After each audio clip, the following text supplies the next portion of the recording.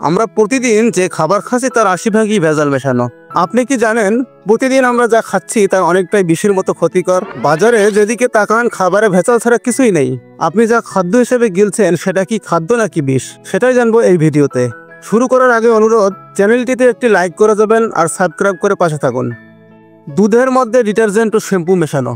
অনেক ফ্যাক্টরি দুধের মধ্যে শুধু পানি মেশায় না, সঙ্গে থাকা ডিটারজেন্ট ও শ্যাম্পু, যা শিশুদের জন্য একটি বিষের মতো কাজ করে।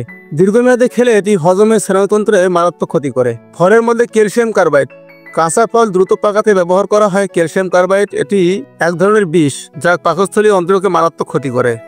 দীর্ঘমেয়াদে এটি খেলে ক্যান্সারও হতে পারে। ফরমালিন দেওয়া মাছ ও মাংস। সতেজ রাখার অজুহাতে মাছ ও মাংসে দেওয়া হচ্ছে ফরমালিন।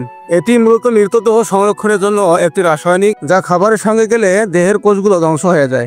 সবজিতে বিষাক্ত কীটনাশক। সবজি উৎপাদনে কীটনাশক ব্যবহার করা হচ্ছে মাত্রাতিরিক্তভাবে। এই সব পদার্থ আমাদের কিডনি, লিভার ও হরমোন ব্যালেন্সকে প্রভাবিত করে এবং আমরা মারাত্মক স্বাস্থ্য ঝুঁকিতে পড়ে যাই। তেলের রং ও খনিজ তেল মেশানো। তেলের মধ্যে খনিজ তেল ও কাপড়ের রং মেশানো হয়। খাঁটি সরিষার তেল নামে বিক্রি হয়, কিন্তু ভেতরে থাকে ভয়ঙ্কর বিষ, যার ফলে হার্টের সমস্যা, স্ট্রোক পর্যন্ত হতে পারে। মশলায় ইটগুঁড়া ও রং প্রয়োগ। হলুদে সীসাক্রোমেট, মরিচে ইটগুঁড়া, ধনিয়ায় খড়ের গুঁড়া, অর্থাৎ এসব মশলা নামে আমরা খাচ্ছি বিষ। এগুলো লিভারের দীর্ঘমেয়াদে ক্ষতি করে। চাল ও আটায় ভেজাল। চাল চকচকে করতে পালিশ ব্যবহার করা হয় ব্রাইটার দিয়ে। আটায় মেশানো হয় সস্তা গুঁড়ো, যা হজমের সমস্যা ও পুষ্টিহীনতা তৈরি করে। গুড়ের মধ্যে চুন ও রং। দেশি গুঁড়েও মেশানো হচ্ছে চুন, চিনির রং ও কেমিক্যাল। দেখতে ভালো হলেও শরীরের জন্য অনেক বিষাক্ত। জুসের মধ্যে ফল নেই, শুধু থাকে রং।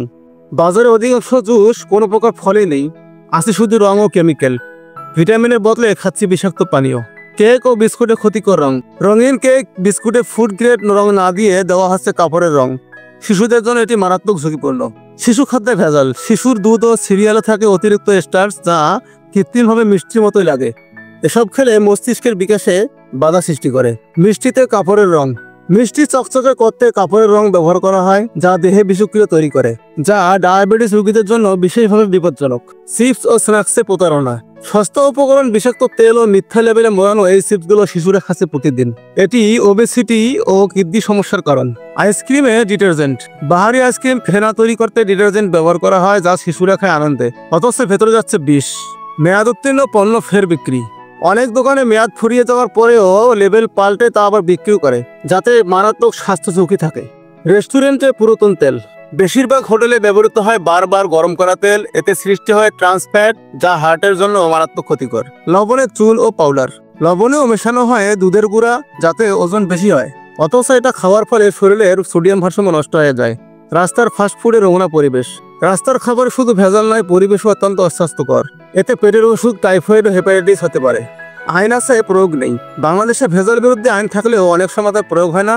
জরিমানা হয়, কিন্তু অপরাধীরা ফিরে আসে আবার। সচেতনতা ছাড়া মুক্তি নেই। সবচেয়ে গুরুত্বপূর্ণ হলো সচেতনতা। আমরা যদি বুঝে শুনে ভেজাল খাদ্য পরিহার না করি, তাহলে প্রশাসন একা কিছু করতে পারবে না। শেষ কথা হলো, প্রতিদিন একটু একটু করে আমরা নিজেই নিজেদের ক্ষতি করছি। খাবার জন্য এখন বিষে পরিণত হয়েছে। তাই নিজে সচেতন হন, পরিবারকে সজাগ করুন। বেঁচে থাকা এখন ভাগ্যের ব্যাপার নয়। আপনি সচেতন না হলে যে কোনো সময় হতে পারে মারাত্মক দুর্ঘটনা। তাই আজ থেকে সতর্ক হন, আপনার পরিবারকে বাঁচান। এবং শেষে আবার অনুরোধ করছি, আমাদের চ্যানেলটি সাবস্ক্রাইব করে যাবেন।